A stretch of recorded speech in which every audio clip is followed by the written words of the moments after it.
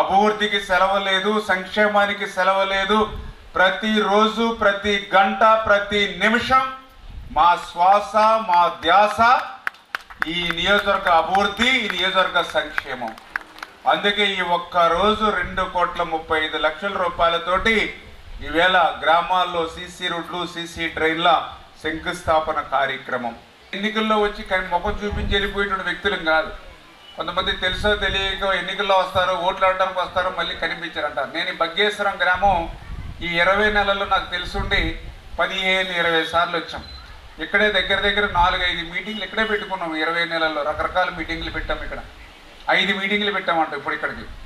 ఎంచేత ఇప్పుడేమి ఎన్నికలు లేవు నాకు ఇంకా 3 సంవత్సరాలు ఉన్నాయి ఎన్నికలు. కానీ ఎన్నికల కోసం కాదు, తప్పది.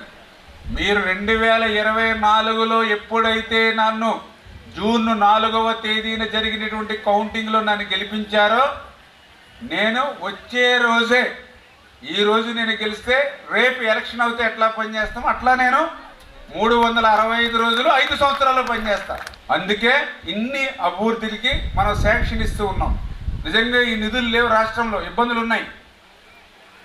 ఆర్థిక పరిస్థితి అంతా కూడా కుంటుపడిపోయింది, మొత్తం ఊడ్చుకుని వెళ్ళిపోయింది లాస్ట్ గవర్నమెంట్.